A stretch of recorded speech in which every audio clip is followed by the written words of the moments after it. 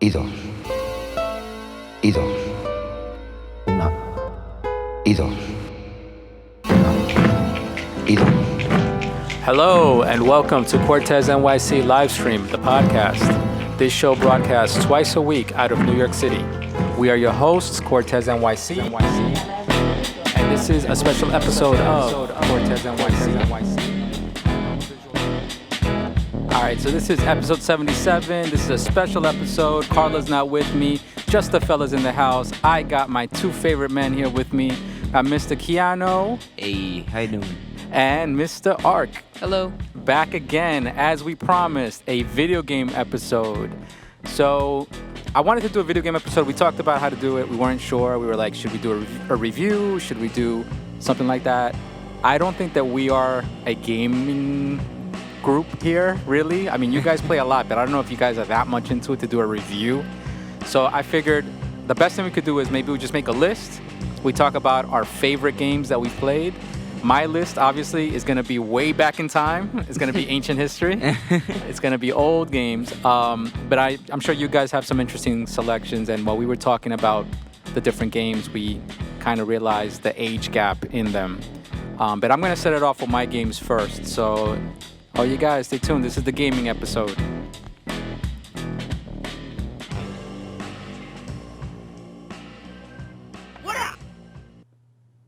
All right. So I'm going to set it off with my first game. It's a 1984 game, a little game called Kung Fu Master.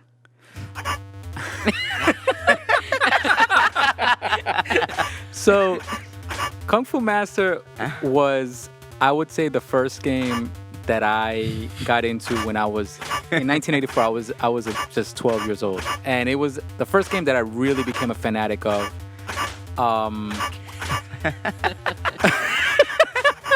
Sounds crazy, right? It's amazing how games have changed, huh? Yeah. You see that? All right. Well, so this is a game that I would say, you know, it was the first one that I would like actually go to the arcade with my friends during like lunchtime, get all my quarters, and we would like line up to play this.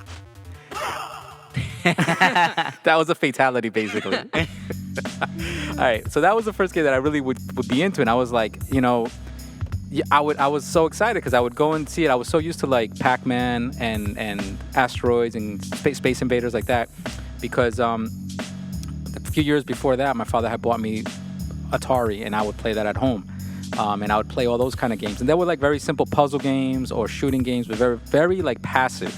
This was the first time that you were like a Kung Fu master. You know what I mean? That you would actually learn how to kick. Listen to me. That you would learn how to kick, punch, foot sweep, and jump, and fight your way through a bunch of bad guys and work your way up to the big baddie and save the person and then start all over again. It was exciting because it looked, to me back then, it looked realistic. It didn't look like a little asteroid or a little space invader guy or a little round Pac-Man. It looked like a person. It had arms and legs, and he kicked and he jumped and all that. So it felt real, and it looked like Bruce Lee. Like I grew up on those like Saturday morning kung fu movies and watching the old Bruce Lee movies. So for me, that was exciting. It felt like it. The music sounds mad cheesy. I mean, you heard it. It sounds ridiculous and little watas, you know, it sounds silly. It's a little bit racist, but you know, that's what it was back then, and it felt real. This game is described as being a side-scrolling beat-em-up game, right? So basically, side-scrolling, you know, left to right, up and down. And beat 'em up game because all you did is walk through the different levels and just punch people. That's basically all you did is just punch people. I mean, you had nothing else to do. So it was kind of like Street Fighter, right? Kind of like Street Fighter, but Street Fighter came afterwards. And kind of like Street Fighter, but this was one player. It wasn't collaborative. And there wasn't really head-to-head yet. It was just, all the games, at least any fighting game, was just like you against bad guys. So, you know, it wasn't, imagine playing Mortal Kombat now, but playing it in story mode. You're basically going up the levels, trying to beat up all the different bad guys. So like a ladder. Like a ladder, exactly like a ladder. Like I said, the exciting thing about it, I think for the time, was that it was competitive. So if I was really good at getting past the levels, I felt like I accomplished something, like I was some sort of kung fu master, because that was the name of the game.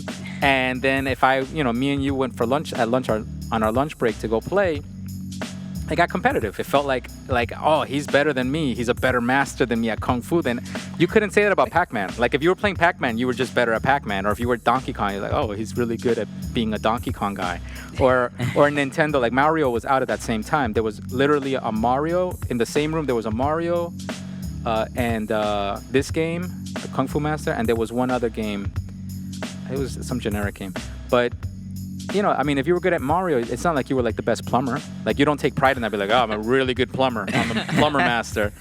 But this had the title Kung Fu Master. Like, it made you feel like you were a martial artist if you were really good at it. So it was competitive in that sense. I think the thing that made it boring eventually was that once you figured out the formula and you figured out that it was just punch, kick, jump, and once you saw the pattern that you would go up the levels,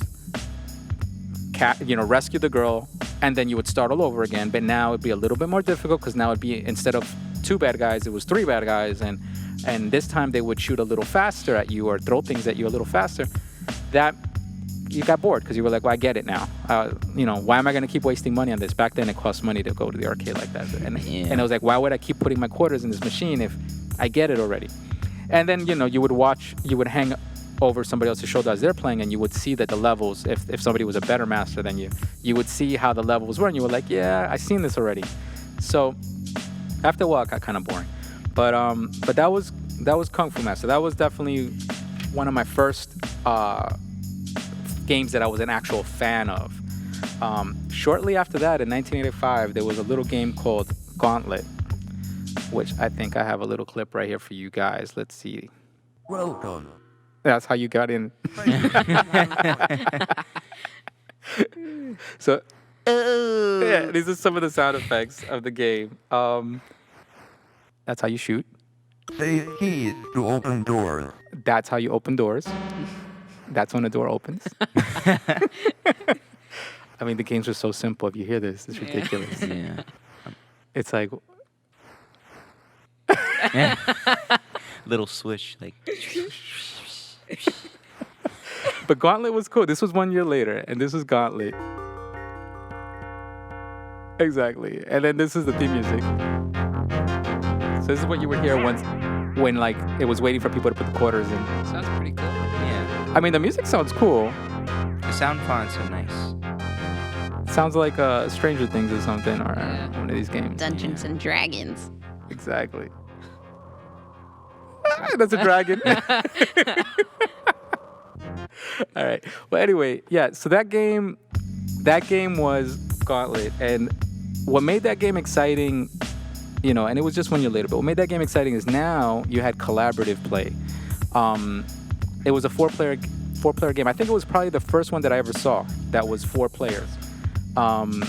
It's described as a dungeon crawl arcade game, a hack and slash fantasy theme. So basically, it's a dungeon crawl because you're going through all the different rooms of a dungeon, looting, just getting treasure and getting food and potions and stuff like that.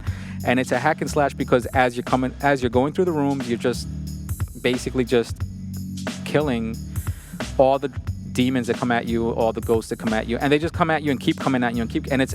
I think that's another thing about it, that you felt like you were overwhelmed because it's so many coming at you. And they just multiply and multiply and multiply, and the whole game is basically you have endless firepower. Mm-hmm. So you have endless firepower, and there's endless enemies. That's why you're just constantly shooting. There's no end to them until you clear the board, obviously.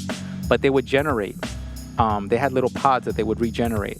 So that made it interesting because I don't think other games were like that. The multiplayer thing was definitely.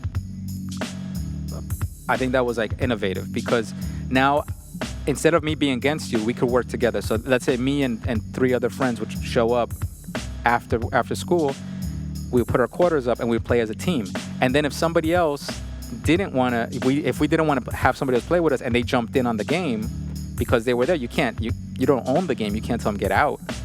But what you would do is you would start hogging up all the food. You would start pushing them into the demons and into the ghosts, and you would kill them. Like you would actually like block them out of the way so that they would end up getting killed, and then they had to like leave because they'd run out of money. That's messed up. Yeah, it is messed up. I call that a sore loser. It's a loser. Well, I mean, what happens is, you know, because it was team play, and I mean, it was costing us money. You know, you wanted to play with your friends, and if somebody jumped in, you would try to like bully them out. But that made it. I think that made it also interactive, and it made it fun. I mean, I think that was the first time that I ever saw something like that. That didn't really exist before. The fact that it was multiplayer also was fun because they had an elf, they had a wizard, they had a barbarian, they had a Valkyrie that was like a sword woman, and she would like, you know, have a shield and a sword. And it made it exciting because you could play the different characters. They all had different special powers and levels of like strengths and that kind of stuff. So there was a little bit of a strategy to it. Also, the other thing that was new about this game that I hadn't really noticed in other games, maybe it existed, but I didn't remember, was that this one had health. Made it a big point about health, that you had a health bar, and if you didn't get food and the ghosts would attack you, your health would start going down, and it would start having this heartbeat like dun dun dun dun dun, and start saying like, you know, wizard, your health is low, and it would start warning you. So you start like panicking, like you were playing, you'd be like, oh my god, I'm running out of time, you know, I'm gonna die. And back then, dying meant that your quarter was up and you had to go home. Game time's over, time to go home. I think what made that one a little boring after a while was, like, it was a very long game. There was a lot of levels, and I remember we were good at it, and we would put our quarters up and we'd start to get really good at it eventually because it was a game that was easy to understand, so you could get good at it, and if you were working with a team, you could definitely get far. But after a while of playing it, and you got to like level 99, level 100 something, it started to get a little repetitive, and you were like, all right, I'm trapped in this dungeon. Like you felt like you were trapped in the dungeon because there was no out. It was just level after level. There was never an end. Yeah. I don't think there ever actually was an end. I think the ending was probably just a kill screen or something. Like it was just probably like stop. Yeah, I don't think there was like an ending. There was never like a final bad guy or anything like that. And I think, you know, that probably was one of my most memorable games because I spent so much time playing in it and playing in a group. And then I think when we saw it again, where did we see it, on Xbox or PlayStation? Yeah. Midway. It was Xbox, a Midway. Xbox 360. We got the Midway game. Yeah. Which had a bunch of old arcade games, which just happened to have Gauntlet. So we all tried it out. It was pretty interesting. Yeah. Didn't that have like it got other games like, I think Xenophobe? That was another game. Yeah. Yeah, it had like, it was like a Star Trek themed. So I remember when we saw that and we started playing it again, I was like, I got real nostalgic. I was like, man, I didn't remember this game. And then I looked at it, I was like, man, this looked really bad. It looked really weird. It wasn't as good as I imagined. But it's still good. And they came up with different versions, right? They made updates. I think they had like newer versions. Yeah, and they like remastered it. 3D versions and all that kind of stuff. Yeah. All right. So anyway, that's Gauntlet. The next one is no big deal. You guys probably all know what the next one's going to be. It's probably something that you guys would be more familiar with than anything else. Finish him. Flawless victory. Mortal Fatality. Kombat. Mortal Kombat was definitely... This was the game. That was definitely the game. This was the game, guys. 1992, Mortal Kombat. That was definitely the next big one for me. So 1992, I was 20 in 1992 when the first Mortal Kombat came out. And it was kind of like for me, it was kind of like a throwback because it kind of brought me back to Kung Fu Master. I'm just realizing it right now while doing this list. Like, that was actually kind of like playing on my nostalgia of that old game and showing me now this new game. And it was like a throwback, but at the same time it was a crazy update. It was photoreal to me back then. It's not photoreal. If you look at it, it looks ridiculous. It's a bunch of pixels. But it was the first time that I saw a game where they took actual actors and took photographs of the actors, pixelated them in the different poses. Wait, really? Yeah, they actually used real real people and they photographed them. Damn. And then they took those photographs and turned them into pixels in all the different poses and then animated that. That's why it looks semi-real, because it's not like somebody, it's not like you're drawing Mario and he's got a big head and a little body and big arms or whatever. Or Proportionate. yeah, no, this was with lighting and everything. They had like highlights, they had shadows, they had it was based off of a photo. Right. And the actual actors that did the stand-in, I think it was one actor that did all the different poses. And he dressed up in all different costumes. But anyway, I think this game, I read it on Wikipedia. It was saying something that Mortal Kombat started because they were going to they wanted to do a Jean-Claude Van Damme. Back then, I don't know if you guys know who Jean-Claude Van Damme is, but he was a big kung fu movie actor back then, a martial artist actor. They wanted to do a video game based on him. They couldn't get the rights to do him, so they made a generic one and they called it Mortal Kombat. And then they invented this whole story behind it. I think when the first game came out, there probably wasn't a big mythology behind it. It was just a fighting game, and you just were like, okay, whatever, I'm fighting, and there's different characters. There wasn't really, nobody really knew the real story behind why these guys were there and what's the tournament about and all that. But the game was in 1992. The gameplay, arcade fighting game. It was fun because it was head-to-head. And I know that there probably was other head-to-head games, but this was the first one for me that I really gravitated to. And I think it was because it was a little photorealistic, and definitely because it was a lot of blood. It was all-out blood and gore. It was the fatalities, the whole, that whole business, It was like, it was crazy. Like, and because it looked kind of realistic, it kind of gave you an impression of like, am I supposed to be doing this? This is kind of like a horror movie. Like, am I really supposed to be doing this in a video game? Like, what happened to Pac-Man? What happened to like, It's a bit inhuman. Yeah. So it was tricky because of that. But that made it fun. That made it, I was 20. I was allowed to play that. And it made it fun. It was like finally adult games. And we could actually enjoy these games. And in an arcade setting, because it was still in an arcade. I mean, shortly after they came out I think it came out on Xbox. And I eventually got it on Xbox. And I would play, I was in college. And I would play with my college roommates. And we would have, tournaments and all that with each other. And it was easy in a way because you could just randomly press a bunch of buttons and win. Like, it's not like you had to be really good at it. If you wanted to really be a master, yeah, you could learn exact moves and everything. But once people started playing it, they just started like hitting random buttons and just that became the gameplay. And with the regular people, right? And then eventually you had people, and what made it kind of boring after was that you had people that would do spamming moves. They would just start to learn one move, and they would just do that same move on you over and over and over again, like foot sweep, foot sweep, foot sweep, foot sweep, foot sweep, and they would win. And you'd be like, this is not fun. Yeah. This game is boring now. This is not a fun game. I remember one of my college roommates was a real jerk. He kept losing because of one of our other roommates was like doing the spamming moves, and he freaking threw the control on the floor. Ultimate gamer moment. And we were like, what the hell? Like, what's wrong with you? I mean, it really brought out the worst in people. Yeah. But yeah, that was Mortal Kombat. That was great. I think that was like one of like the biggest ones in my life that really impacted me was Mortal Kombat. It really brought out my imagination for video games and my addiction, because I remember I really would sit there and play hours and hours on that game. All right, but then lastly on my list, and I'll let you guys go ahead, is a little game called Minecraft. And this is a whole different mood. Other than the other Finish him. Other than the other ones, I remember.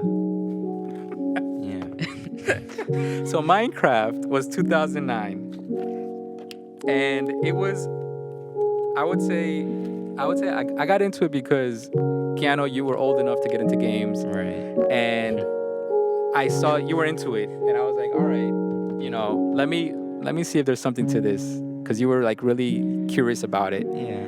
And I got hooked. I was like, this is actually kind of fun. Yeah.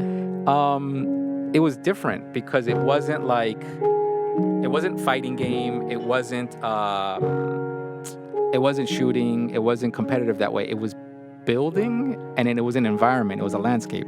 Yeah. And I never had played a game like that. So for me, that was different. And the music also. Yeah. Aiden, you were saying used to put you to sleep, Yeah. right?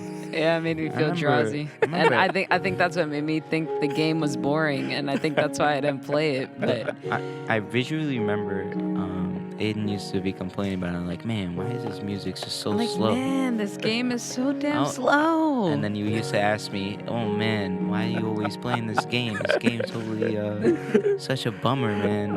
Man, it's not like Mortal Kombat. It's All just right, let me terrible. put this back on. All right, so yeah, Minecraft was 2009. It's called Sandbox Video Game Survival. Yeah, it's Yeah, a it's- sandbox. What does that mean by sandbox? So, Well, You guys know more about Minecraft than I did. so when it's a sandbox, it basically means it's like a creative mode. You can just build whatever you want. You can basically do whatever you want, spawn whatever you want, create your own world. it's kind of like interacting with the environment, like kind of like building architecture and kind of like building your own world. Like it's like Lego, but Right. it's in virtual reality. Well, I think that's something that got my attention with it because my experience with video games so far had been pixel games. They were all pixel based, and Minecraft was like a new world for me. It was like pixel gamed, but now 3D'd because everything was made out of pixels, out of little cubes. Right. So it's same thing, same concept in my imagination, but now it's 3D. I'm in the pixel world. I think that's what got me really excited. The fact that I felt like I was in my video game world that I remember as a kid, but now it's 3-dimensional. And the fact that you can go to different levels. You had the ground level, that had the grass and the trees and all the water and all that. Then you had the subterranean level that you could dig down into the ground and go into these. You could build your own caves. You can build your own things. And then you get into this other level. What was the other place? There was the Nether. Nether was a different place. The Nether one, yeah, and that was like a whole different universe. That took Right. us. I was that like, took us how? time to do. Where like We if- looked at. I remember we looked it up on YouTube, and we were like, "Man, I wonder." Like, there used to be videos on the Nether, like, "Oh man, we visited the Nether and everything," and we tried it. And then I remember Aiden was like, "Look what I found." Well, Aiden went in, right, and then he got blown by a gas, like a giant. It was like a giant enemy that was flying in the. giant like cloud-looking monster, Yeah, and and it it shoots fireballs at you. Yeah. Aiden he was like, "Oh my god!" And then he ended up dying. And then Yeah. it was a pretty good era. I think the good thing about it was it felt like you were camping.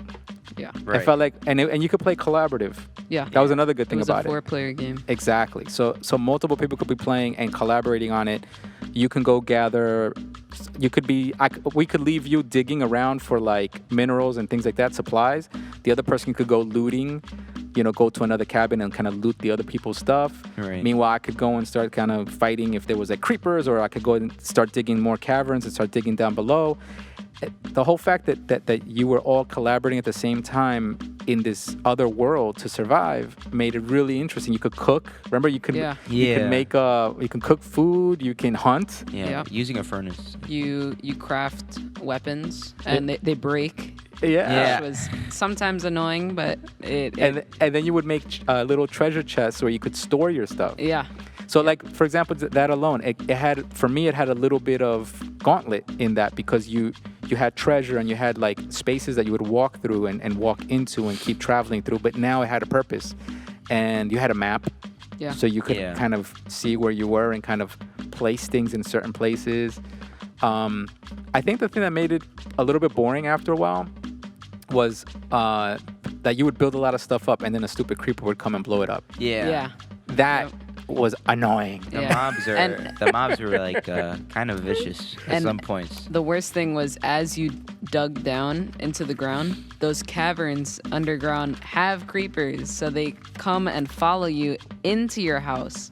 Not even like, that they're outside and they blow up. No, they're in your house and they blow up everything. Right. And That was annoying. and you had a lot of essential things like a bed. Like a bed was the only way you could skip the night, which is when all the creatures come out to kill you. You know which other the other thing about it that really made the game kind of downgrading was like you would mine down. Like if you mine straight down, you would fall in lava. That used to be another problem when I was a kid. That's why they never told you mine straight. They never tell you like don't mine straight down. And when you do mine straight down, you fall either to your death or you fall right into lava. Right. I used to be so frustrated. I'd be like, oh man, I don't know how to get past this. Then we saw the stairs technique where we dig stairs. Now, I do think that it would be fun to play Minecraft again. I mean, you guys were talking about getting it again. I think it would be nice to see it again. I don't know if I would suddenly get back into it. I think it'd be a nice curiosity to play it a little bit, but I don't know if it's worth it that much because I think we get it. I think we understood what the game was, and it's not gonna get better. It is what it is, right? All right, so that's my little list. Kiano, I pass the mic to you. What do you have on your list? Well, this is a game for this is my personal favorite. Which one? It's called Monster Hunter Generations. Not World, but Generations. Monster Hunter. Yeah, this was an era. This really was a good era. Superman. I really can. It sounds just like Superman. It does sound just like It Superman. does at the beginning. Dun, dun, dun, dun, dun, dun, dun. There it does it. Yeah. Now this sounds like crazy adventure. This sounds like high adventure and action and frontiers and traveling. Well, the interesting thing about this game was that it wasn't only a RPG game, but it allowed you to interact with the environment, gather resources, and the thing that caught everyone's attention was the design and the setting of the different zones that were there. Like you would be hunting giant monsters basically. Okay. And I recall I recall the online the times when I would be going online. It would be very collaborative. We would all be like teaming up and being like, man, how do we take this monster down? Do we trap it, or do we mount on it and like bring it down, or how are we gonna work this thing? Right. And I remember it used to be hard for us just to take like an entire dragon down. What year was this? This was 2015. 2015. Monster Hunter Generation came out. All right, fairly new. I remember the handling for the game was pretty well. Like you get to you were able to successfully mount on it and take it down and sharpen your tools effectively, and you get used to that. And it starts to get to you. But not only that, the soundtrack also got you too. I can imagine. Yeah. Yeah. I think that's something that I did notice when we started gathering a little bits of sound of the games. The games that I remember, the sound is horrible. None of them have anything good to offer as far as sound. But everything that you guys select has really good music, and it's like, I don't doubt that maybe that's part of it, that the newer games have much better production value. They have actual musicians making soundtracks for it. Right. The music, you can become a fan of the music as much as the fan of the game, in itself and the gameplay. Like, you can go on YouTube and hear the music and all that, and I'm sure that the people who are producing these games are taking that into consideration. All right, so what else about Monster Hunter? Well, unlike Monster Hunter World, the new game for the PS4, the old Monster Hunter games really, there was a charm to it, where you, the player, it allows you to focus on the actual boss-like monster that's in the zone. Like, usually they have it in missions. Like, they would say, oh, well, you have to kill this monster. It's been destroying my crops. You're going to have to, take this monster down, capture it, or slay it, do whatever you like. Or they would have to do gathering quests where you would have to gather materials, but mainly it was hunting monsters. And the interesting thing about it is that it allows the player to focus and on the actual task at hand. And when you take it down, after 30 minutes, after 30 minutes of fighting, when you finally take it down, you get a feeling of success that you actually completed something. Yeah. And the rewards are great. Like you get to carve materials out of them, and like scales and beaks. Oh, so you after you take down the monster, then like you like an animal. It's like you're hunting. Exactly. And you're taking the skins and the things and you're using that. For and then you use those resources to make armor, weapons, Got like you. dual blades. Got you. Like you can use a hammer. You can use a gun. Like you could build guns too. Wow. which is Okay. amazing. All right. So Um, that sounds good. the online, the Yeah. community is great, absolutely amazing. I've witnessed, like, met some new friends online from playing repeatedly, Okay. and the lobbies are they're not cancerous like in some games, like, you know, like let's say like in Roblox, like there's some people that are like, it's just a bit. Like fighting and obnoxious and Yeah, just very obnoxious. disrespectful and stuff like that. Yeah, Gotcha, yeah. gotcha. Like in this game, we all relate to one another. Like Because you guys are all like hunters. yeah, exactly. So when someone comes in, when you come in the lobby, right, and you're wearing like the chainmail out of a dragon, then people Shows, look at that and they're like, man, I wish I was that guy. It shows your And experiences. like, I can't even believe that guy took that monster down, man. Well, guess what I got? I got a big sword, and Right. I carved it out of a giant sea serpent, and I was like, damn, you know. So everybody can see your achievements because you're either wearing them or carrying them. Exactly. Gotcha. And like That's cool. some of the people that have full sets, like full on armor, like you could tell they went through so much grinding in fighting the same monster and succeeding, that they even explain you like the moves and like how they move. They say, okay, just watch out for this hitbox. You know, like sometimes like the monster would just, you know, try hitting you and everything, and they say, well, you have to dodge right and you just have to remember the patterns.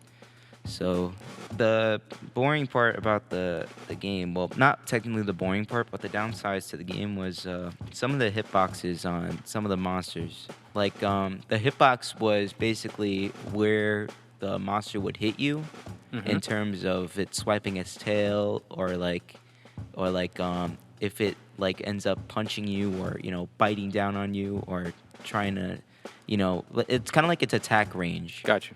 So the most annoying monster in the entire franchise, its name was Plesioth. It's kind of like a sea serpent, but it's kind of like a fish wyvern. Okay.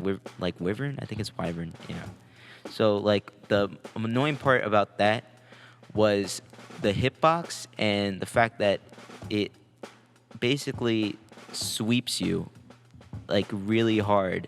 Like it wouldn't make sense, because you would be right under the monster, like hitting it and everything, and you would expect it not to hit you, And it would still be able to. and it would still be able to hit you. Like you're right behind it. So it felt kind of like a glitch. Yeah, and then people were complaining like, man, this is so annoying. Like I've been Yeah, that like, was this is a really high rank monster, and you can't take it down, and like you'd be soloing it, right? And you would go into the next zone, right? And you know that it's there. It basically does this thing called a hip check, and what the AI does is it checks if you're right next to it, and Right. it basically steps to the side and like hammers you with its thigh. So that's the most annoying thing, and it does a crazy amount of damage no matter what armor you have. All right. I didn't mean to trigger any bad memories. Okay. Let's move on to the next list. Right? Yeah. So what's next on your list? So the next thing on my list was Pokemon Emerald 2004. This was personally my first Game Boy game. Well, kind of like I think it was my first Game Boy game. You said 2004? Yeah, 2004 it came out. Wow. That was its release. But I remember I received this on my that's 4. Yeah, 2004. Wow. Yeah. I was just born. Yep. But later on, I think I got this when I was 6 or Yeah, probably. 7, Probably a little around bit 6 later. or 7 when Yeah. I got my Game Boy Advance. Now that was the first time I started, getting into gaming and stuff. Okay. So tell me about this game. What's up with Pokemon Emerald? Well, the fun thing about it, well, the first things off, this game was my first generation game. Like it wasn't generation 1 where you have, Pikachu and Kingler and all these other and Bulbasaur, it wasn't Gen 1, it was like generation 3. What? Yeah, so it had like Trico, Torchic, all these other newcomers. Okay. So it was kind of like, it was new. It was my first game, my first personal game, and I didn't know what Charmander was or what Bulbasaur was. I only knew Trico, and Mudkip and all the 3 starters. So when you got Pokemon Emerald, you already knew about Pokemon. You already knew about the characters. Well, no. Well, this was the first time I was introduced to the actual games themselves. But what about the actual characters? Did you know the characters before? Do you remember? Do you remember? I mean, you might have been too little to remember. Yeah, I didn't think I remember the characters, but Okay. I did remember the Pokemon and everything. All right. So what do you get about the game? Tell me more about the game. Well, the fun part about it was catching Pokemon and collecting them and filling up your Pokédex and all this stuff.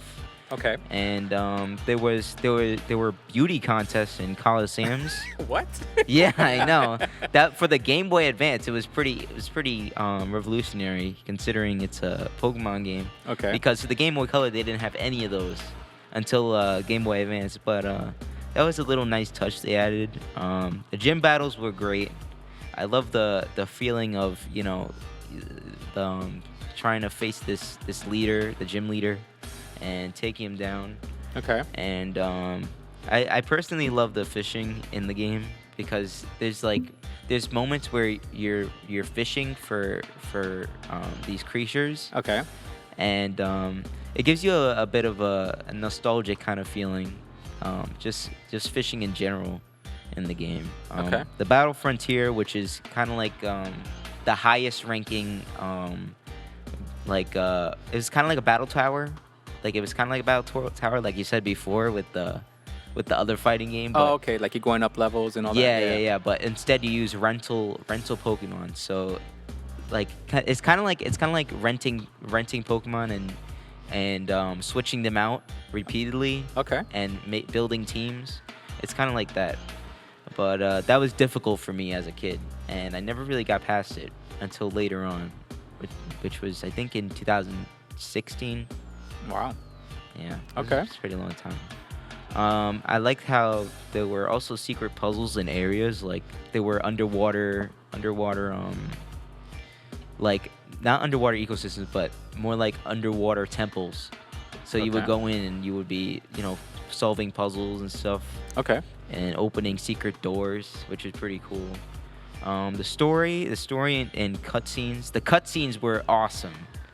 For some of the legendary Pokemon that were in there, like Rayquaza, which was on the cover, that was really cool. Like the cutscenes, like they were way ahead of its time. Like when you look at it now. What are cutscenes? It's like the cutaway scenes from the game. Well, they're kind of like it kind of like introduces like a new character or like a new creature.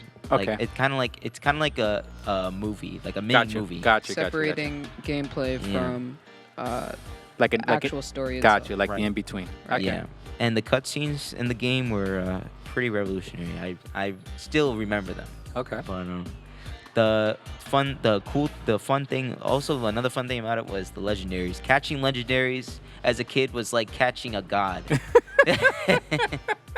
It was hard. It was really difficult. Gotta catch them all. Yeah, but yeah, I'm like, man.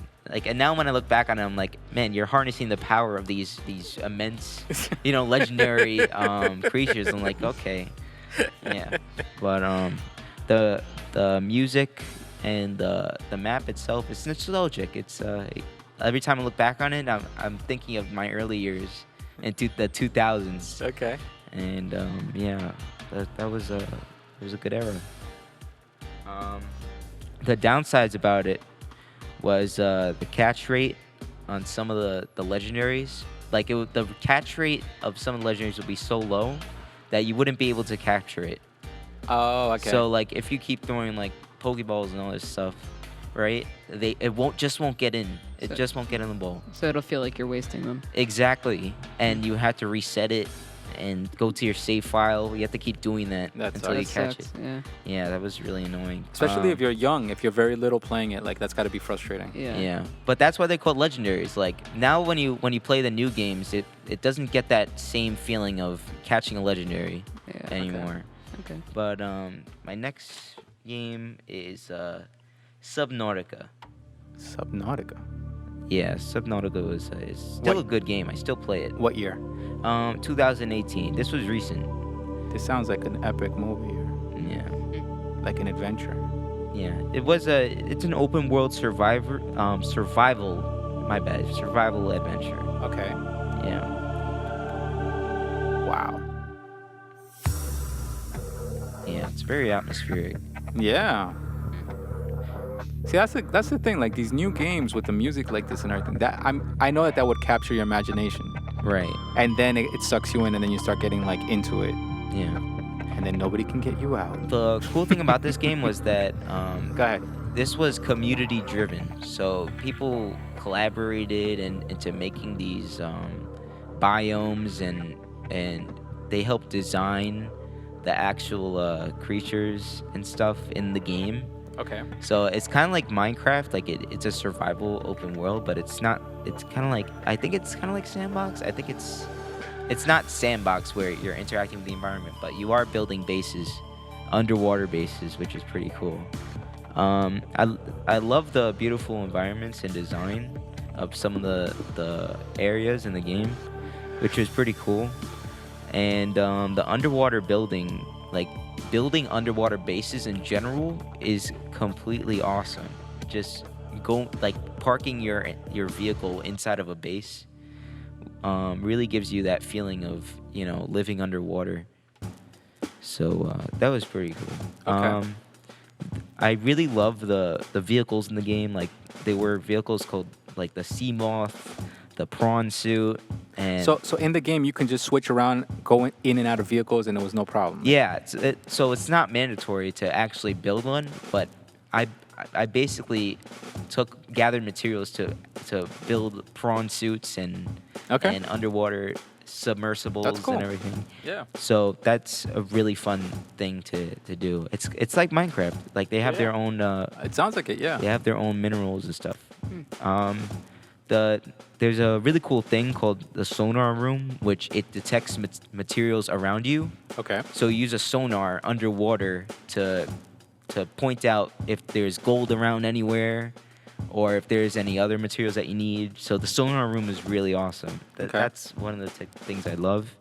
Finding materials is also fun, and the animal behavior and scanning creatures underwater was also really cool, because you get mini kind of like cards, like not really cards, but you get information on these creatures. Got you. So like little texts on what they're about and if they're lethal or not, which is Okay. pretty awesome.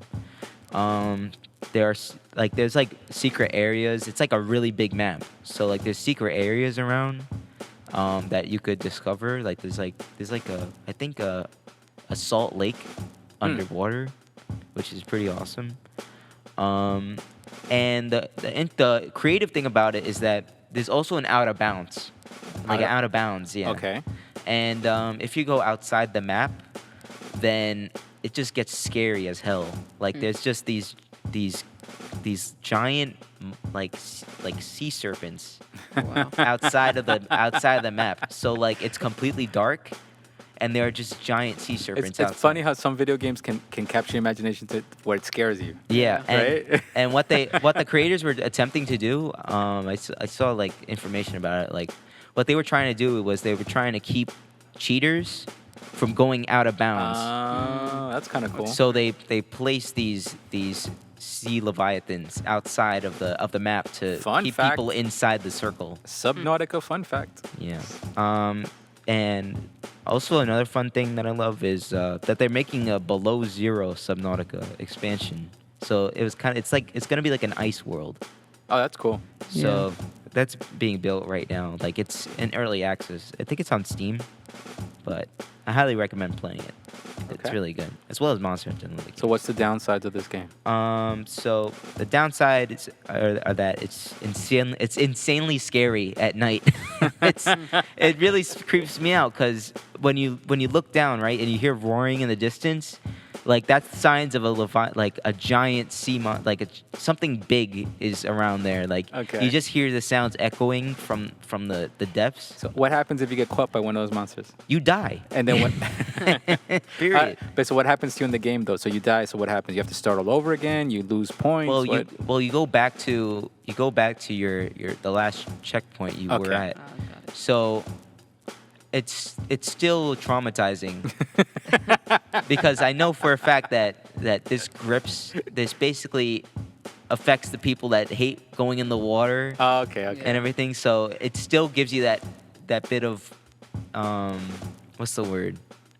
It gives you that fear of going in the ocean. Yeah, it triggers your personal fears. Anxiety. Yeah, but it still is a really creative game. But the bad thing about it is also navigating and getting lost, and it's kind of glitchy.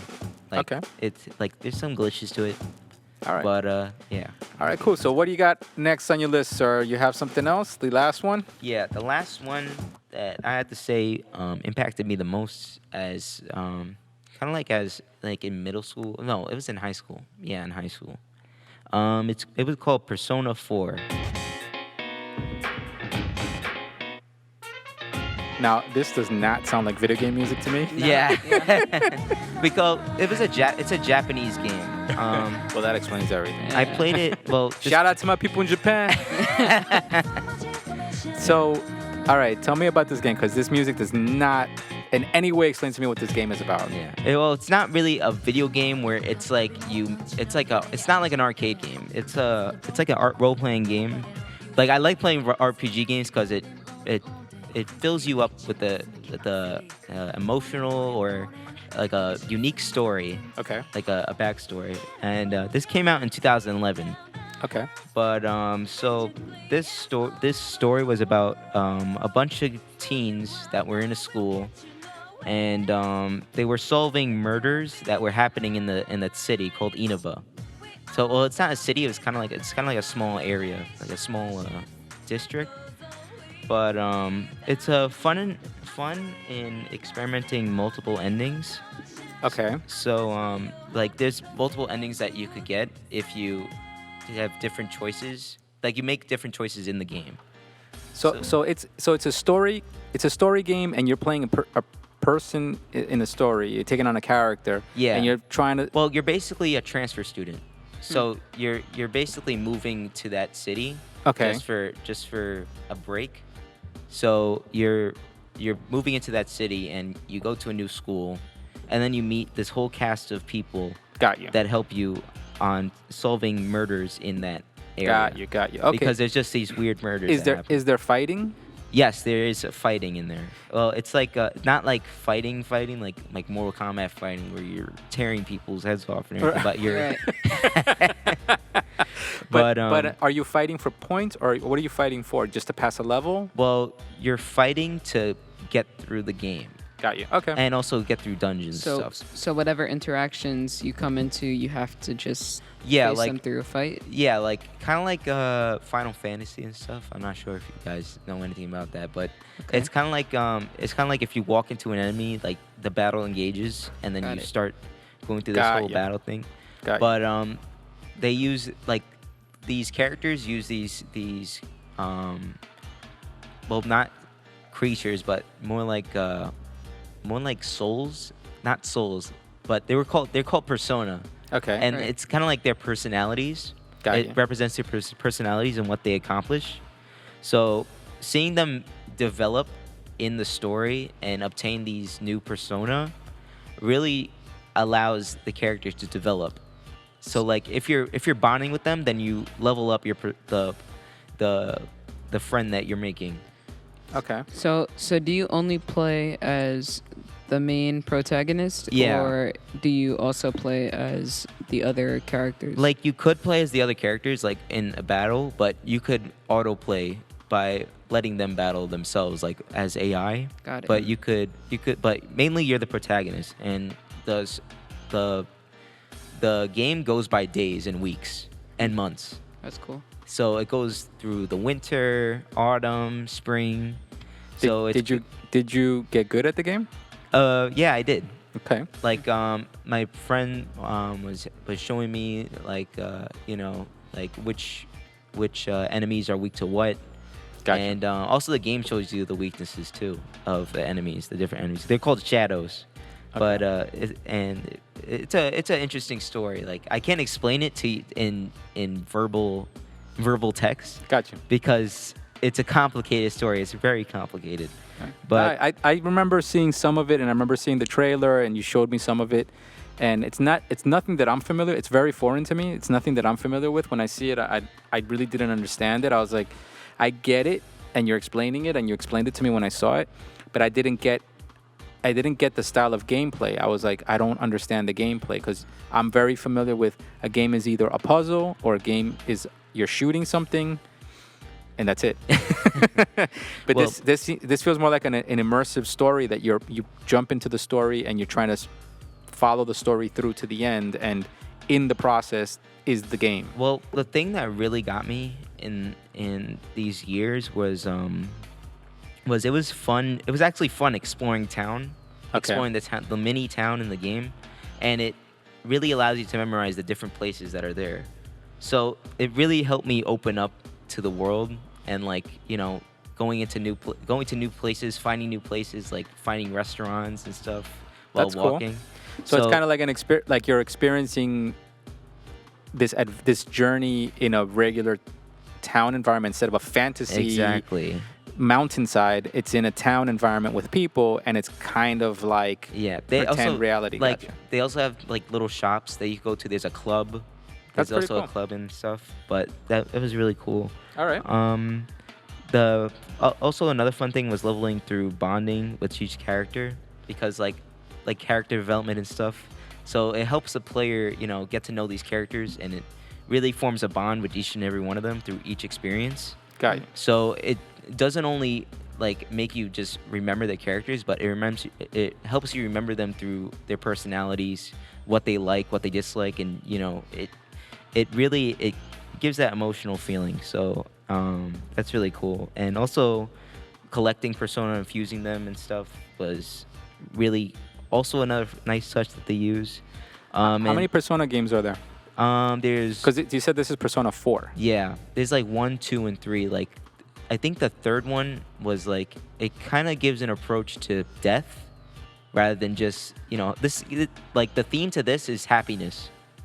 So Okay. it's like kind of like happiness and being with friends and everything. And I think in Persona 3 it touches on death, Got you. and that was a dark game. I gotta say, but that was also really good too. It was sad. Okay. But this game it's heartwarming and interactive and emotional. I highly suggest people who like, anime and stuff like that and this stuff to play it. Ties into the anime culture and the anime world. Yeah, and that also, aesthetic. And also people who haven't played, they should give it a try at least. Okay. But yeah, the bad sides about it is as the days go by in the game, it begins to feel repetitive. Like the battling gets repetitive at some points. You just keep remembering the theme song. Is like, okay, this is again and again and again and again and again, and it's like, okay, we're gonna keep Groundhog going. Day.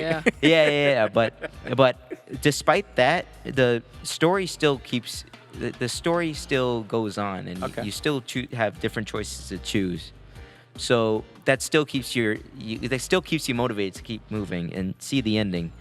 And one of the bad parts about it was that the game requires you to interact with non-main characters. What does that mean? So like the game, like it doesn't, it forces you to talk with everybody in the town to discover clues, to figure out clues. Okay. So you have to talk with every single person, and yet you either have to wait for the person to be at a select location, like on a Sunday or something. Like they usually come on certain days, So that's the most painful thing about it. Like just how the days go by and trying to figure out clues and waiting for that person to be there That so then you sounds could talk to annoying, that. Yeah.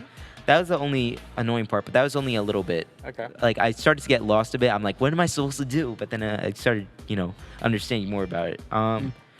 The repetitive battling, and there's an annoying bear that's in the game that he's kind of like a tutorial, kind of. Okay. But he keeps making bear puns, like you're getting very close, and I'm like, what Oh the? my This is God. so annoying, man.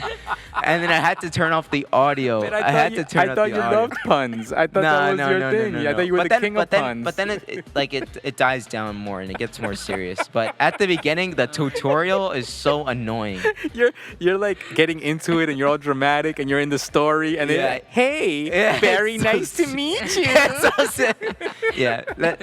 That mascot. It's like a mascot character. His name is Teddy, but it gets more serious, and the fact that it's not just a mascot. It's actually like he's supposed to signify like a shadow, which is like an enemy in the game, and through character development, you'll see like there's like a whole big story behind it. But Well, overall, this game it's really interesting. It's really unique. I love it. I definitely agree, and I the little bit that I know of it, I do agree with you. It looks unique. I can't say it's my cup of tea, but I will say it's very well done. It looks very stylistic. Yes, and as a series, it's interesting. And I know they have a movie or they have a anime Yeah, they do. They made like an animation for it. They also for Persona. I think it was a series. Was it a series? Yeah, they also made a series. Yeah. Persona 4 the animation. So I think it's really cool. Well, listen, Mr. Kiano, thank you for sharing Yeah, no your problem. list. These 4 games definitely are not games that I probably would have picked up to play, but it sounds like there's a pattern there in your adventure kind of themes. I think like Subnautica, Persona, Monster Hunter, like definitely I see a theme there. Yeah.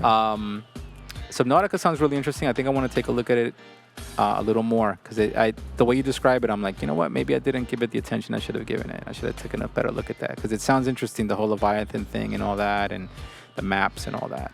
Yeah. But thank you for sharing, man. No so problem. let's pass the mic on over to our last man with the list here, Mr. Arc. What on earth do you have for us for this episode?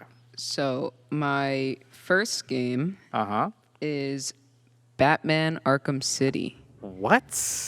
Now, this game is serious, and you can tell by the music.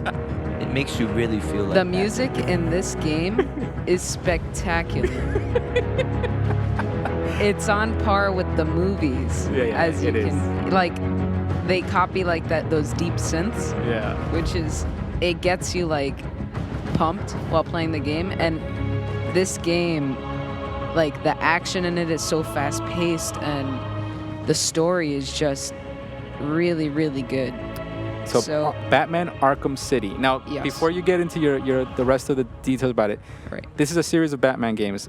How many are there? So it started off with Arkham Asylum, then there's Arkham City, then they went back a little with a prequel, Okay. which was Arkham Origins, and then they had Arkham Knight, which was the last one.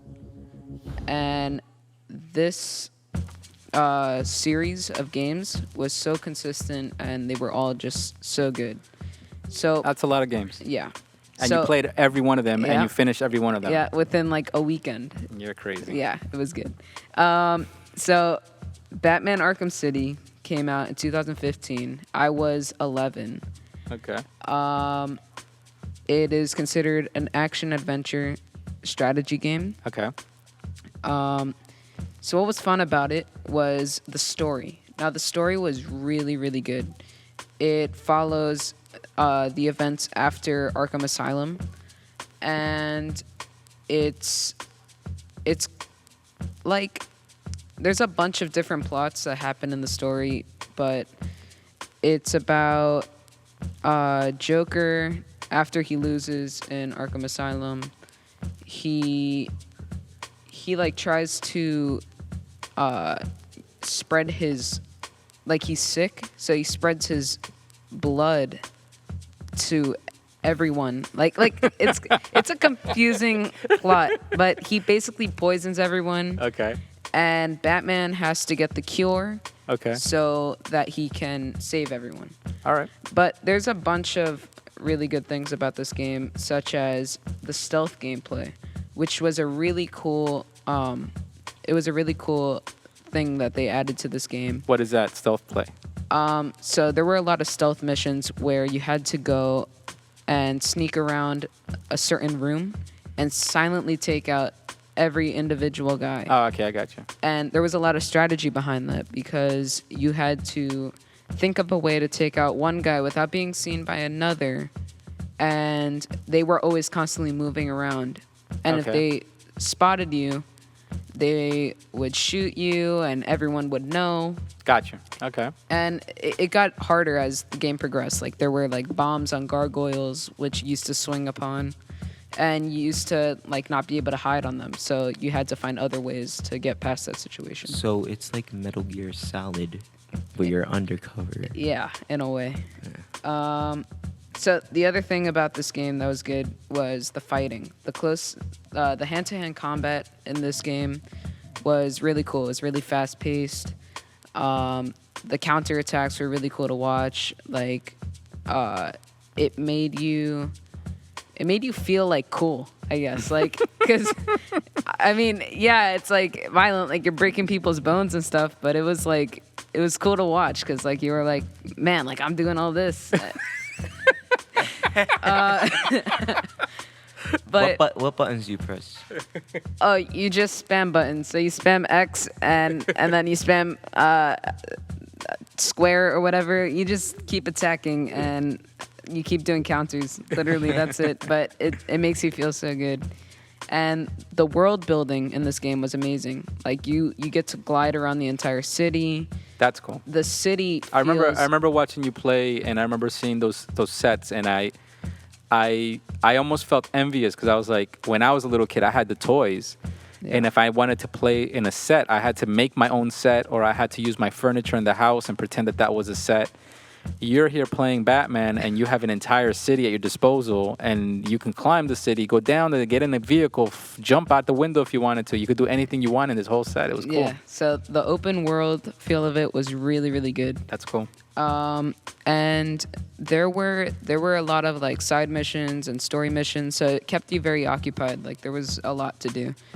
And there were a lot of comic villains, which was really cool to see. Like all those villains coming together. Like that's something I wish could be on screen, but it's so much that they fit into this game that I know it could never be on screen. It's really good. I love this game a lot. And even though it came out in 2015, it's still I know, so old. So yeah, old. Such an old one. No. It's still a really good one though.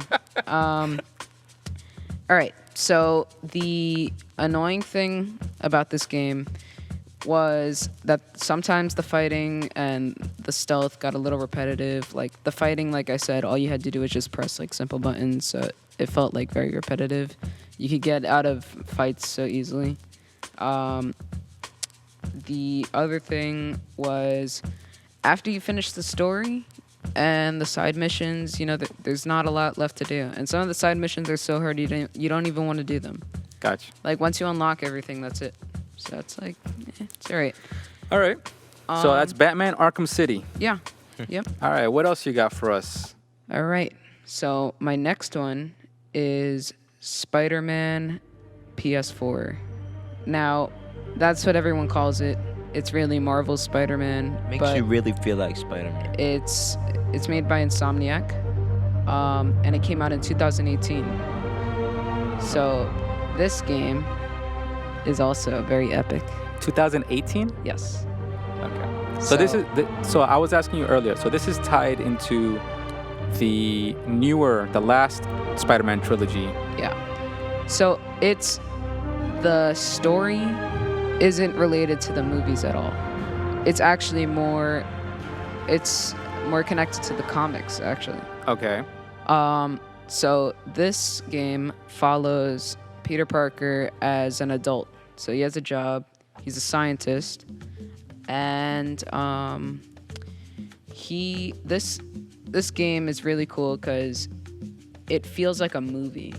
Yeah, it sounded like a movie. Yeah. Yeah, and it's very good. Like the story itself is excellent. I enjoyed it, every bit of it. And there's What's more between the Batman Arkham City game you just talked about and Spider-Man, now the game you're talking about right now, which one is more violent? Batman, Okay. because Which one was more challenging? I think they're equal, and Okay. that's what I'm gonna get into. I think the reason I enjoyed this so much was because it reminded me of Batman. Like there's still stealth, there's still like silent takedowns. Really? And it's strategic. Like you have a bunch of gadgets.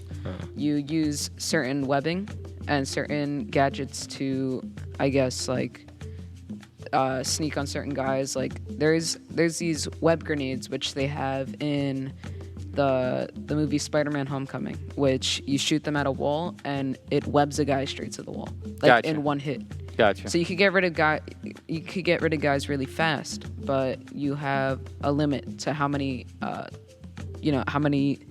web shots you have. Got you. So you had to use them wisely. Maybe you use like the ones that take out a guy in one hit on the bigger guys, because all these different guys have like different. So there's different types of bad guys. Like there's bigger ones, there's smaller ones. There's one with powers, ones with grenade launchers, assault rifles, sniper rifles. So the damage is different for each one. Okay. So that was the strategy part behind it.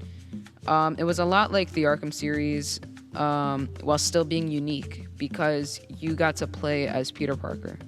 So there were times where you actually enjoyed to be Peter Parker. Kiano, you ever played the game? Not really. No. So you could What? be. I mean, it sounds like an adventure. What aspect of that adventure didn't you like? Well, Just that it's Spider-Man? I mean, generally, I look at the movie, right, and then I'm like, it's Spider-Man. But when I look at the game, I'm like, it looks all right. It's not like outstandingly good. It doesn't like. I look at the movies and I'm like, I've seen this before, and then when I look at the games, I'm like, I'm just gonna go through the same thing again. I'm just gonna verse the same bad guy like from the movies. Got you you. know? So the fact that it's predictable in what you're gonna see, Right. that yeah. that makes you feel like, well, I don't want to It- play that. Yeah, it's not really like I would expect it to be amazing if it was like, you know, if Spider-Man has like a new gimmick or like some kind of like or kind of like a Or new villains or like- new. yeah, I see. yeah, yeah. I know what you're saying. I get it. like seeing like Spider-Man like versing like the same villains like Dr. Octopus and everything, like it just got kind of repetitive. I got you. So I think one really cool thing about this especially was all the characters they brought in as well. Like they brought Miles Morales, they brought Vulture, Shocker, Electro, Dr. Octopus. Yeah, it sounds like to me like what you like is that they're bringing the movies to life for you. Yeah. That you can partake in the movie. Right. Right. And one thing that was really, really good about this game was the swinging. And everybody brings this up in reviews that it makes you feel like Spider-Man. It does. Because it's like the swinging is like it focuses on his swing. Like it really emphasizes when he lets go of the webbing and then relaunches it again, and you get really close to the ground. Also, it's like the gravity of it. It looks, Yeah, it's probably it the feels physics. like the Yeah. physics feel very. You could really feel them, like they're right there. Okay. And the webbing is more realistic now because in the older games, they made it so that when you shoot a web, it just shoots in the sky, like it doesn't go anywhere. But now you can only swing where there is something for the web to stick to. Got you. Wow. So now That's more challenging. yeah, so now, like, when, for example, if you're swinging through Central Park, right, you can't really swing all that much because the trees are low Got you. compared to the buildings Uh-huh. where you can swing, like, really high. That's cool. Yeah, so that was cool, and the world building is also really good. Like, it feels like New York. You could see the Empire State Building. You could jump off the Empire State Building and swing from there. You can see the Freedom Tower, which is there. The Avengers Tower is there, which is pretty cool. That is cool. Yeah. Nice. So the universe is really big, and they're planning on doing more. So I'm excited to see what they got. Okay. And the boring thing, just like Batman, you know, once you finish the story, there's not much left to do except side missions, and those get kind of annoying. Feeling a pattern here. Right. Yeah. And I'm feeling how they're taking your money. They're taking your money. All right. So, Mr. Arc, what you got next for us? All right. So the next one is, and I know everyone's gonna go crazy, and And hate you and throw stuff at you? yeah. All right. Yeah. All right. It's Fortnite. Oh my god. Not again. All right. Seriously? So, all right. So before. Explain yourself. Okay. All right. So before anyone goes and hates me, Epic win. It came out in 2017 initially, and it is made by Epic Games. It's considered to be a battle royale, while there's also a survival mode. It's a third-person shooter, and all right. So let me just go into the things I really like about this game, and then I'll talk The about dancing. the things I don't. The All right. flossing. You love the flossing. Okay, all right, hold up. I'll get there. All right. So the fun things is the constant updates always makes it feel new. Okay. So I think that's one thing that this game really does that games try to do and it just doesn't work. Like Apex Legends, for example, which is a newer battle royale game that tried to compete against Fortnite. Okay. It was beating it for a while because it felt like more mature, but it just wasn't doing it because of the constant updates. Apex Legends and other battle royale games don't have the same updates that Fortnite does. Fortnite is constantly changing and constantly giving you new things to explore. Like what was this new update you just told me today? right, so that's also in here, which is like collabs, but specifically about updates, right? It'll give you new guns, new locations on the map, new skins in the item shop all the time that you can buy with an in-game currency that you can either buy it or just grind to get. Right. So you could either earn it, Right. or you can buy it. Correct. Cash. Gotcha. So back to the collabs. Now, this is something I really, really like about Fortnite. So recently they had a collab with Avengers. Okay. They had it back in 2018 for Infinity War. They had Okay. it this year for Endgame. And then just this weekend, they had one for John Wick 3. Wow. Now, this was really, really cool because back in season 3, because the game goes by seasons, right now we're in season 9. In season 3, there was something called the Battle Pass, which is something you pay $10 for, but you can earn rewards for it. And the final skin was supposedly a skin that everyone was calling John Wick, and it just looked like John Wick, but it wasn't like officially called John Wick.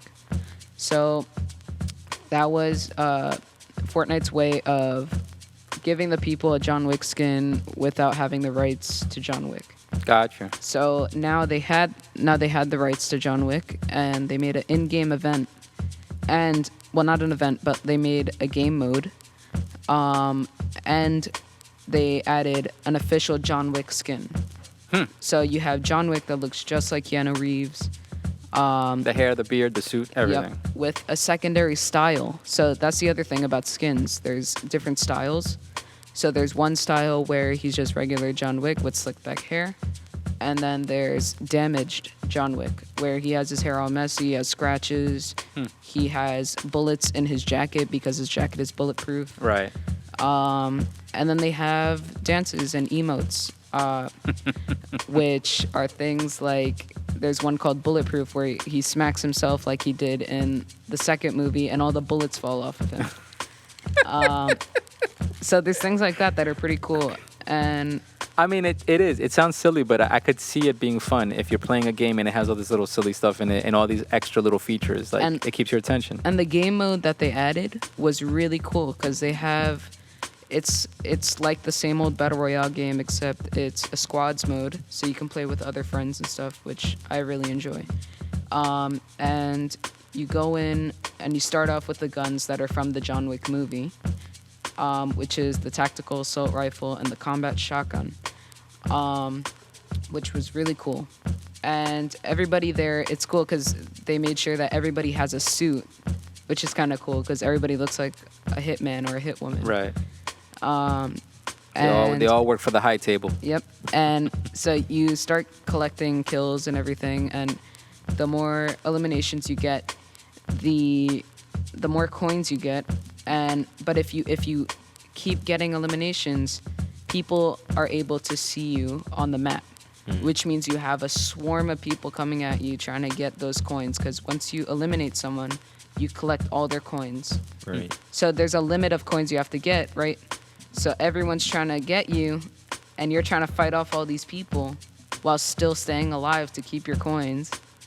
It's just insane. It felt like the John Wick movie.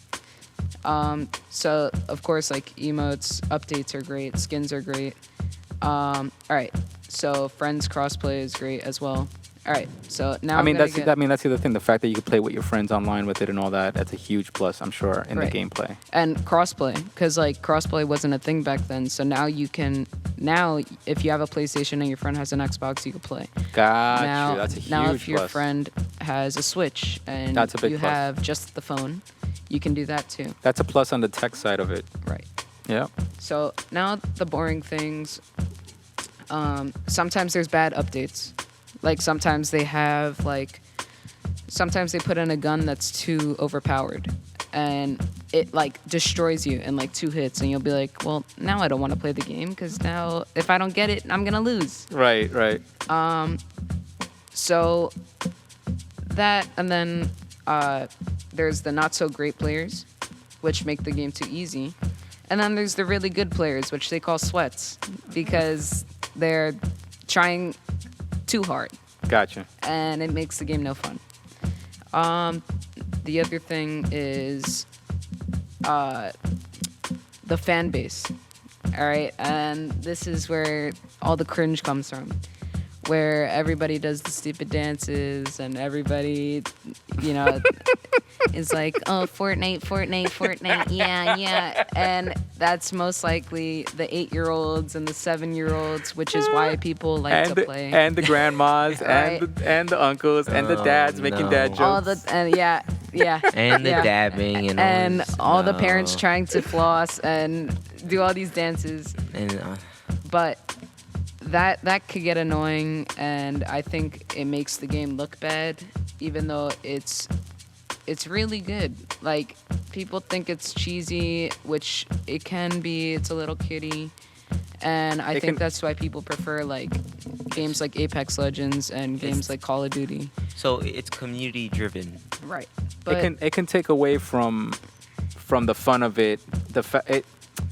Right, because then it makes it not for you and your friends and like it's your world. Now it's like you, your friends, your world, and grandma and the little kids. Right. And So they do have to try to please everybody. So it is a little more cartoony I for hear that. younger kids. But I think I like the game a lot. I think it's really a good game, especially if you want to spend the weekend playing with some friends, or if you just want to have fun. Like, that's the other thing. They added a new creative section of the game where now you can create your own maps.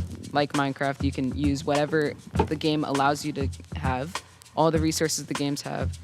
You can now create whatever you want and create your own custom maps where you could just play with you and your friends. You don't have to play with everybody else in the world. Okay.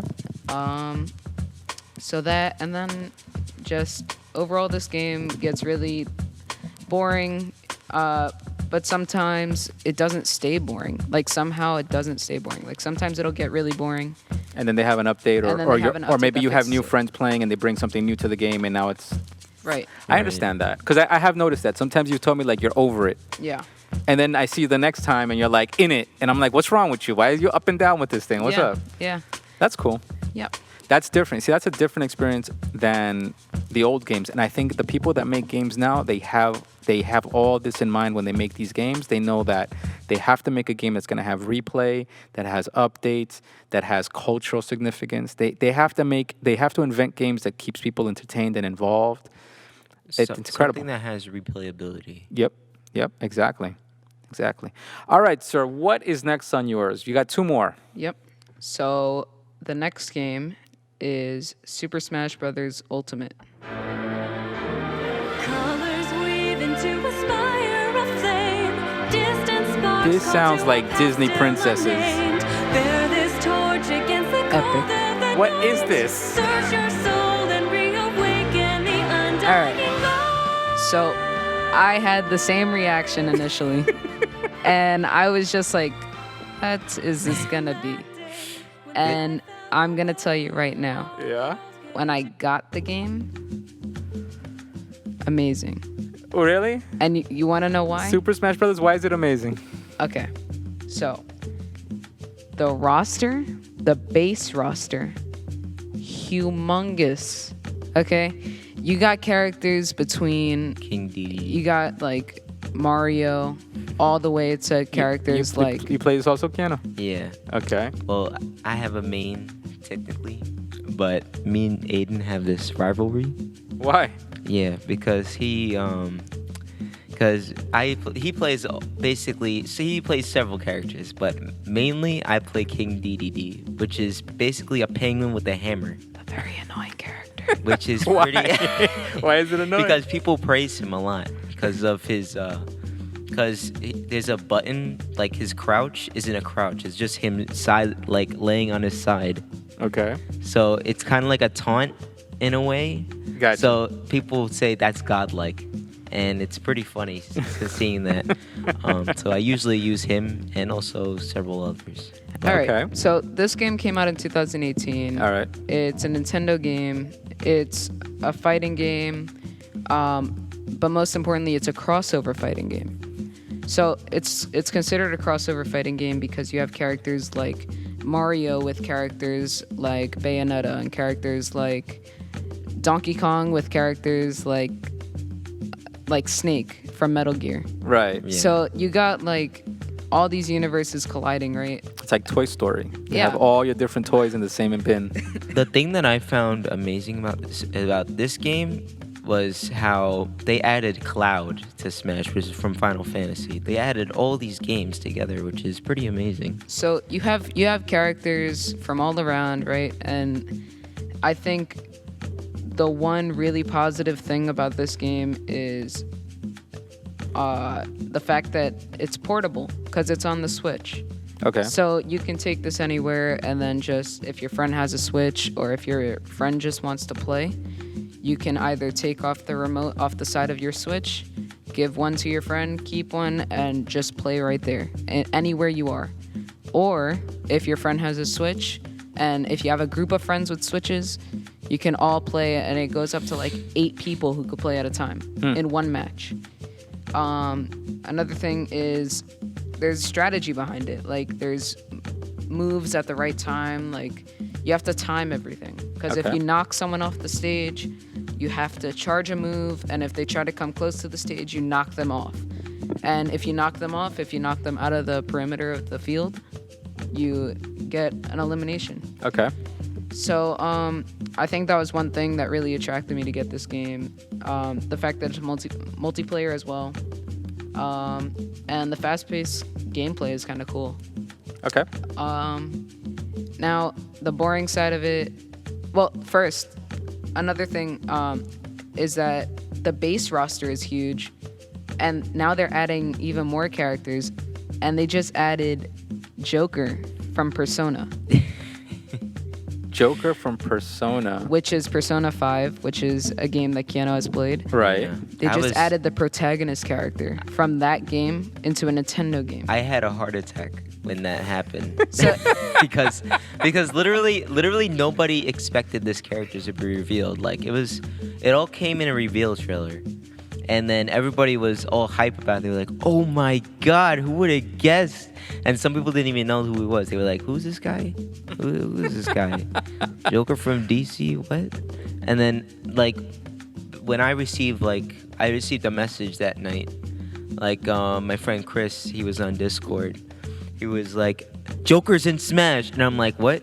And he was like, Joker's literally in Smash Brothers. I'm like, wait, Joker from where? Joker from Persona 5 is in Smash. I'm dead ass. And then I literally looked on YouTube and Joker was in the game. I was like, what the hell? So all right, but so then you have all these different characters in this one game, and they all have different abilities. Right. How do they even out the abilities? I mean, I don't know that Donkey Kong would have the same power as a guy from Metal Gear Solid. Right. So everybody has their own ways of knocking other opponents off the stage. Like some characters might have weaker moves, but they're really fast moves. A lot of the time, the bigger characters are the stronger ones, but they're a lot slower. Gotcha. So they find a way to balance these characters. Yeah, I was gonna say, because how do you balance? People will make tier lists. Nowadays, like on YouTube, like people would make actual lists of characters like based on rank and power. Mm-hmm. Like they would have like a rank A character, or like a low tier character would be like Olimar, or those characters that people don't really use. Okay. And like a rank A character would be like a top rank character would be like Bayonetta, but now Bayonetta's on the medium tier. So like she's not really. So really, the way you select your character is really based on your playstyle. Right. It's the characters you choose are very personalized. Like you can actually personalize their look as well. Okay. So I think one thing about these games, especially fighting games and Fortnite, for example, the people listen. Like the companies listen, even if they already finished their game. They're constantly listening, constantly sending patch updates to fix the game if there's any complaints. Gotcha. So it's really like fan service. It's really up to the fans to decide how they want their game to be. I mean, that's amazing now, especially the new games, especially because there's online communities and all that, and there's, ways to communicate with the developers where back in the day there wasn't. We just took whatever we got. Now, this is the boring part. Go ahead. The multiplayer, is about the only thing, in my opinion, that's great about it. There's a single player mode, but it doesn't really attract me all that much. It's okay. Yeah. I think it's a little too slow for me. It doesn't really have a great narrative for me. It kind of acts like a game board.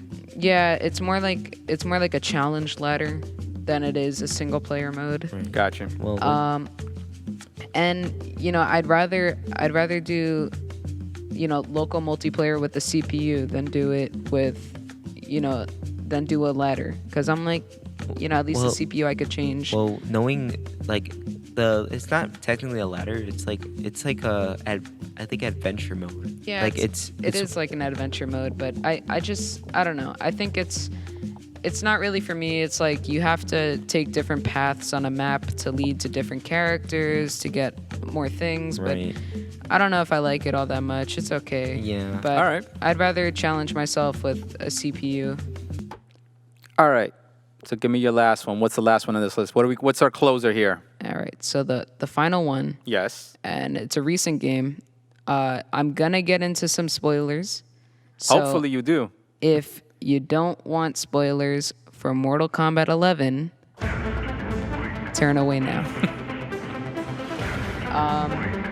Now this sounds exciting. Yeah. So this was part of a launch trailer that they revealed to us a few years, not years, sorry, I'm thinking of something else. A few days before the game actually came out. And this just increased the hype. Let the new era begin. Wow. Mission Impossible meets Mortal Kombat. All right, so Mortal Kombat 11. Yeah. I told you that my experience with Mortal Kombat 1, we're up to 11 now. Yeah. All right, so tell me all about Mortal Kombat 11. Go ahead. All right. So it came out April 23rd of this year. Netherealm Studios is behind the game, and it's a fighting game. Okay. Now, this game is really, really good. Okay? That's what you say about all I the know. games the minute you first get And them. this is my opinion, of course, but this game, I really, really recommend it. Okay. Especially if you're a Mortal Kombat fan. Okay. So, the game itself, there's a story to it, there's single player modes, and there's a lot to explore in this game. So, that launch trailer, right? Like, the hype behind it was insane, and the main reason was because the Mortal Kombat theme was in it. Now, they never You mean what, an old one? Yeah, they never put that original theme in any game trailer. That theme is, you mean from the movie? Yeah, So it's the theme of the movie. yeah. So the theme of the movie, correct? Gotcha. So, Because I could play you back the original Mortal Kombat theme, and it wasn't that. Want me to hit you back with the original? I don't think you want me to do that. all right. There's a lot of callbacks and references to the old games and the original movie, Okay. which was really surprising to see. So they're trying to do like a mashup. They're trying to bring the old. They're trying to bring all the history of Mortal Kombat into one game. So they really embrace the movie that some people say wasn't that great. I personally enjoyed it for what it was. Yeah. It's, It was Whatever. fun. Yeah. It was goofy. It was cheesy, but it was what it was. it was Mortal Kombat. Yeah. So I think what's fun about this overall is there's custom characters, which is really cool. That's something they introduced in Injustice 2 that they brought back for this game. So that means you can customize gear, like their appearance. Okay. So you can customize characters' appearance. You can customize their move sets. You can include or take out some moves that you don't like. So cool. it really makes every character is unique, and every player who has the same character, they're always different. That's cool. So it really feels like That's cool because when we used to play Mortal Kombat and it'd be the same character, it's like you're basically playing on an even battlefield. right. This makes it. That's cool. This makes it like it's yours. So now instead of like now maybe you're good at one move and your opponent is good at a different move, and you guys have like more strategy behind it. Gotcha. It's not just punch and throw and fatality. Oh, because I'm good at the foot sweep. I'm good at that. Yeah, that's the only move you use. Yeah. Back, forward, back, forward. Yeah. They're killing me. They're killing me. All right. The story is a time travel plot. It deals with a new big bad named Kronika, and she merges past and present so that she can reset the timeline. That's cool. So you have old school Liu Kang, old school Raiden, old school Shao Kahn, all these old school characters from like Mortal Kombat 3. And they're meeting up with present day characters like present day Johnny Cage and present day, present day Jax. And in the first chapter, Sonya Blade in the present timeline dies. And Sonya Blade from the past, when she comes to the future, she realizes she's dead. And the way she takes that in, she's like, well, what the heck? Like, I don't want that to happen to me. So there's a lot of like interactions like that between past and present characters. That's cool. And a really cool thing was the time travel element of if your past self gets injured, your future self gets injured. So it was like Looper in a way. Yeah, that's really cool. That's cool so- for a fighting game. That's pretty cool. Yeah. That's interesting. The ending was what I wanted to talk about. This really felt epic. This final battle. You already saw the ending. Yeah. I beat this game in one day, Nice. Nice. but it was really good. But so then what's the point? What's the point of having a game that you're going to beat in one day? So I'm gonna get to that later. But Later. yes. Okay. So this final chapter was probably my favorite chapter in the entire game.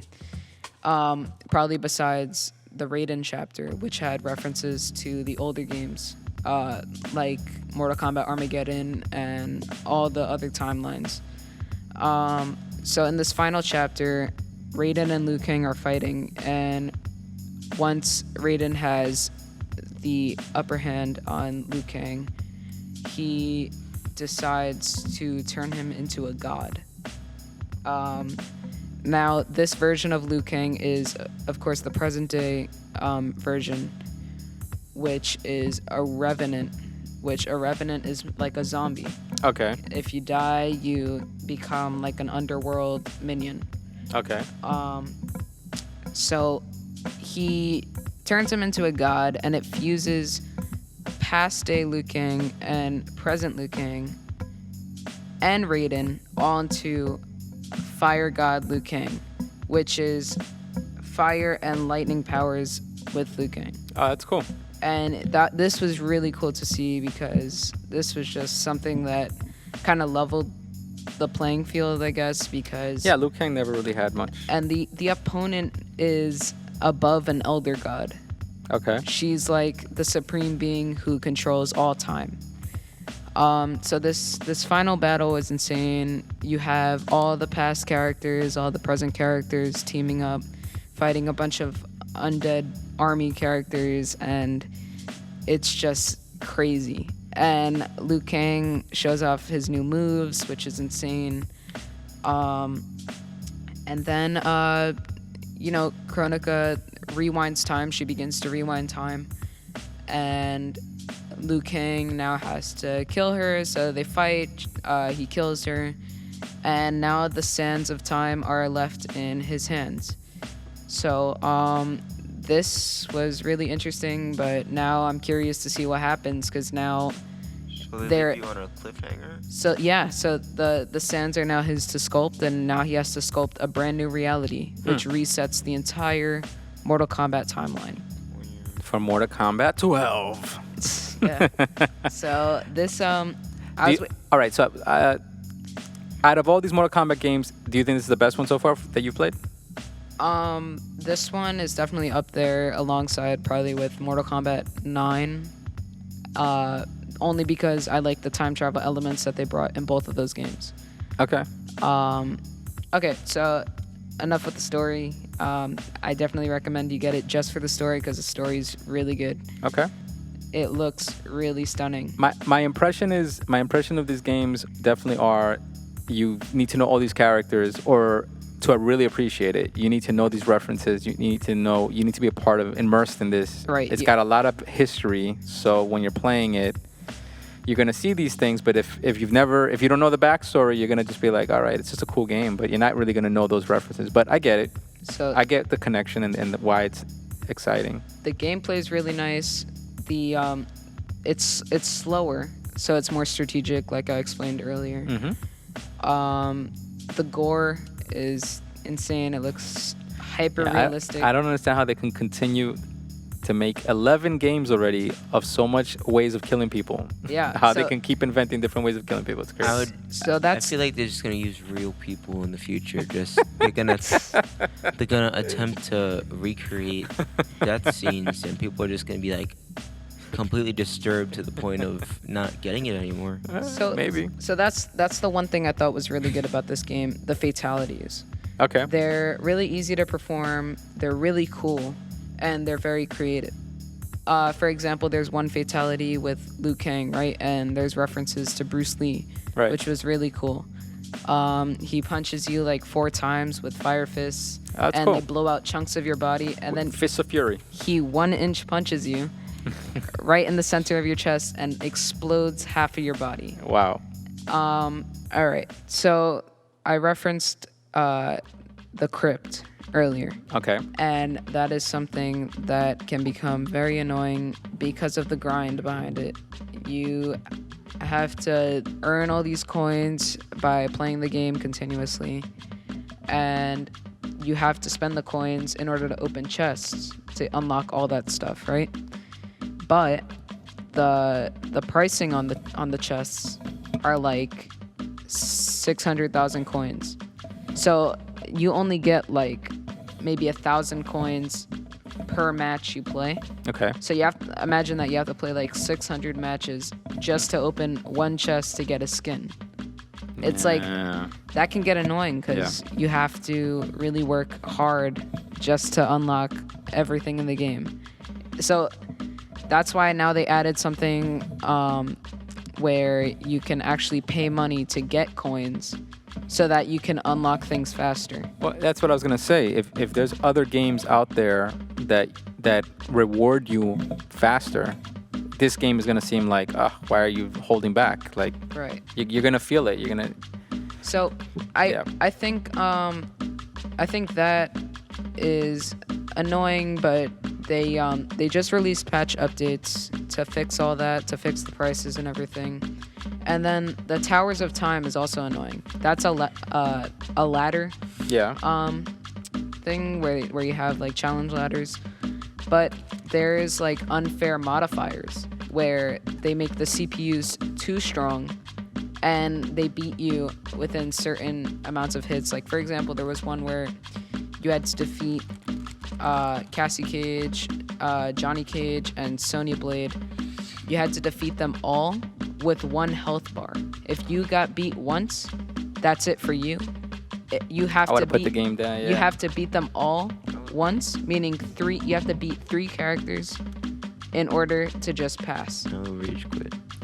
Yeah, exactly. So that's something that was annoying. But overall, I can still see myself playing this game for a long time.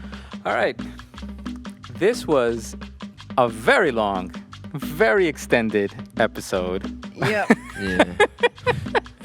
Thank you guys for sharing all your stories with our listeners. It was interesting. I think this was a good topic. I think it was nice to have you guys here discussing all this stuff. I didn't see the connections between all the games and all the generations of games. I think having this conversation kind of helped me to understand that a bit. Also, I think that games that we like, our preferences for games kind of reflects in our personalities or how we see video games, what we think video games should be or what's entertaining. And I think this is nice to kind of see that.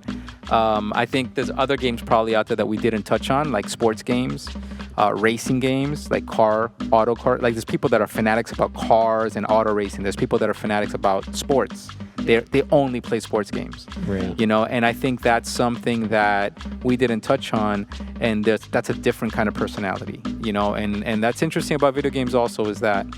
All right, guys. So listen, we're signing off. If you guys are still with us, kudos to you. You get extra bonus points. You just unlocked another level here of the podcast. I hope you guys enjoyed this. I hope it was not too long for you guys. But if you're still here, thank you, and keep tuning in and keep listening for the next episode. Until next time, peace.